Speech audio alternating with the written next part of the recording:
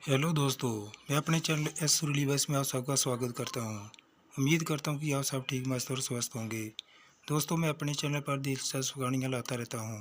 कृपया मेरे चैनल को लाइक और सब्सक्राइब करके मुझे सपोर्ट और मोटिवेट करें, क्योंकि आपके लाइक और सब्सक्राइब करने से हमें अच्छी अच्छी कहानियाँ बनाने में बहुत मोटिवेशन मिलती है। मेहरबानी करके चैनल को लाइक और सब्सक्राइब ज़रूर करें। तो चलिए कहानी का अगला भाग शुरू करते हैं। दोस्तों, पिछले भाग में हमने पढ़ा था कि अमन का पिता अमन को फ़ोन करके मैरिज हॉल में बुलाता है। अब आगे अमन जब मैरिज हॉल में एंट्री करता है तो सबकी नज़र उसी पर टिकी जाती है। वो इतना हैंडसम जो दिख रहा था, तो अमन अपने पापा के पास जाता है और पैर छूकर उसे प्रणाम करता है। तो अशोक उसे आशीर्वाद देते हुए कहता है, खुश रहो बेटा, मैंने तुम्हें यहाँ बहुत ज़रूरी काम के लिए बुलाया है। और कहता है, अमन, ये मेरा दोस्त रघुनाथ शर्मा है, इनकी बेटी रितु से तुम्हें शादी करनी है, वो भी आज ही। तो अमन कहता है, लेकिन पापा ऐसे अचानक शादी क्यों, और मैं तो इन्हें जानता भी नहीं हूँ और ना ही ये मुझे जानती हैं। तो अशोक कहता है कि जानना क्या है, ये तो शादी के बाद भी तुम एक दूसरे को जान लोगे, क्योंकि हम तो पहले अरेंज मैरिज करते थे। तो क्या हमारा रिश्ता नहीं चल रहा है, बल्कि हमारा रिश्ता तो और भी मजबूत है। मैंने रघुनाथ को वचन दे दिया है, तुम शादी करोगे या नहीं, अपना फैसला सुनाओ। तो अमन कहता है, लेकिन पापा। अशोक अमन की बात को बीच में काट कर कहता है कि मैं कुछ सुनना नहीं चाहता हूँ, तुम हाँ या ना में जवाब दे दो। तो अमन कहता है, पापा, मैं हमेशा आपकी बात मानता हूँ, फिर आज कैसे नहीं मानूंगा। आपकी जैसी मर्जी, आप जो बोलोगे मैं वो करने के लिए तैयार हूँ। तो अशोक कहता है, ठीक है, चलो फिर जयमाला की रस्म पूरी करते हैं। घर के सब लोग जयमाला की रस्म पूरी करने के लिए खड़े हो जाते हैं। रितु और अमन एक दूसरे को जयमाला पहनाते हैं। ताली और फूलों की बरसात होती है। तो रघुनाथ की आंखों से खुशी के आंसू आ जाते हैं और वो बार बार अशोक का धन्यवाद करता है और कहता है कि आपका ये एहसान मैं कभी नहीं भूलूंगा। तो अशोक कहता है कि अब तो रितु हमारे घर की लक्ष्मी है, आप इसकी बिल्कुल भी चिंता मत करिए। और वो दोस्त ही क्या, जो अपने दोस्त के बुरे वक्त में काम ना आए। आप ऐसे हाथ जोड़कर मुझे धन्यवाद करके शर्मिंदा कर रहे हैं रघुनाथ जी, ऐसा बिल्कुल भी नहीं चलेगा। अब हम संबंधी है, चलिए गले मिलिए। जयमाला की रस्म खत्म होने के बाद विधि विधान से अमन और रितु की शादी होती है। फिर विदाई का समय आ जाता है। रितु अपनी माँ के गले लगकर बहुत रोती है। उसे अभी भी ये डर सता रहा था कि कहीं उसका वैवाहिक जीवन सुखमय होगा या नहीं, क्योंकि जिस तरह से उसकी शादी हुई थी उसे शादी नहीं बल्कि एक समझौता लग रहा था। वो अपने पिता के गले लगकर बहुत रोती है।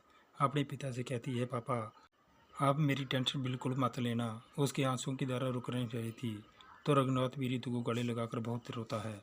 उसे ऐसे लग रहा था जैसे कोई उसके कलेजे के टुकड़े को लेकर जा रहा हो।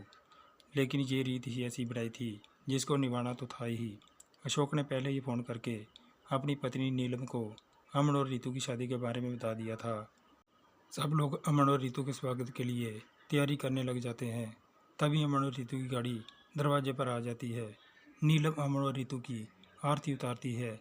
फिर जितनी भी बहुगृह प्रवेश की रस्म होती है की जाती है। फिर दूल्हा दुल्हन से अंगूठी ढूंढने की रस्म कराई जाती है। अमन के घर वाले और रिश्तेदार सभी लोग इतने खुश होते हैं। उनकी खुशी देखकर रितु रोने लगती है, क्योंकि उसे ऐसी उम्मीद बिल्कुल भी नहीं थी। क्योंकि जिस तरह से अमन और रितु की शादी हुई थी, रितु ने सोचा भी नहीं था कि सब इतनी खुशी से सारी रस्में करेंगे। उसे ऐसा लग रहा था कि अमन की माँ इस शादी से खुश नहीं होंगी, क्योंकि उन्हें तो पता ही नहीं था इस शादी के बारे में। अचानक हुई शादी में जितना प्यार रितु को अपने ससुराल वालों से मिल रहा था, उसकी रितु ने बिल्कुल भी उम्मीद नहीं की थी। तो नीलम कहती है, क्या हुआ बेटा, तुम कहाँ खो गई हो? अरे सुनो, आप रो रहे हो क्यों? क्या हुआ बेटा, मैं भी तुम्हारी मम्मी हूँ। आप ऐसे रहोगे तो मुझे बिल्कुल भी अच्छा नहीं लगेगा। प्लीज़ चुप हो जाओ और चलो मैं तुम्हारा कमरा दिखाती हूँ। आप थक गई होंगी, थोड़ी देर रेस्ट कर लो। नीलम की बातें सुनकर रितु उन्हें गले लगाकर और भी ज़ोर से रोने लगती है। नीलम रितु को चुप कराती है, उसे समझाती है, बेटा, यही आपका घर है, आप घबराओ नहीं, जहाँ आपको कोई दिक्कत नहीं होगी। मैं भी आपकी माँ हूँ, आपको कोई भी दिक्कत परेशानी हो तो आप मुझसे कहना। फिर नीलम रितु को अमन के कमरे में ले जाती है और नीतू से कहती है, ये अमन का कमरा है और आज से ये कमरा तुम दोनों का है। दोस्तों, कहानी का दूसरा भाग समाप्त होता है। अगला भाग देखने के लिए कृपया मेरे चैनल है सुरीली वॉइस को लाइक और सब्सक्राइब करके मुझे सपोर्ट और मोटिवेट करें, क्योंकि आपके लाइक और सब्सक्राइब करने से हमें अच्छी अच्छी कहानियाँ बनाने में बहुत मोटिवेशन मिलती है। मेहरबानी करके चैनल को लाइक और सब्सक्राइब ज़रूर करें। मिलते हैं कहानी के अगले भाग के साथ। तब तक के लिए खुश रहिए, अपना और अपनों का ख्याल रखिए। अपना कीमती समय निकाल कर कहानी को लास्ट तक देखने के लिए आप सबका बहुत बहुत धन्यवाद।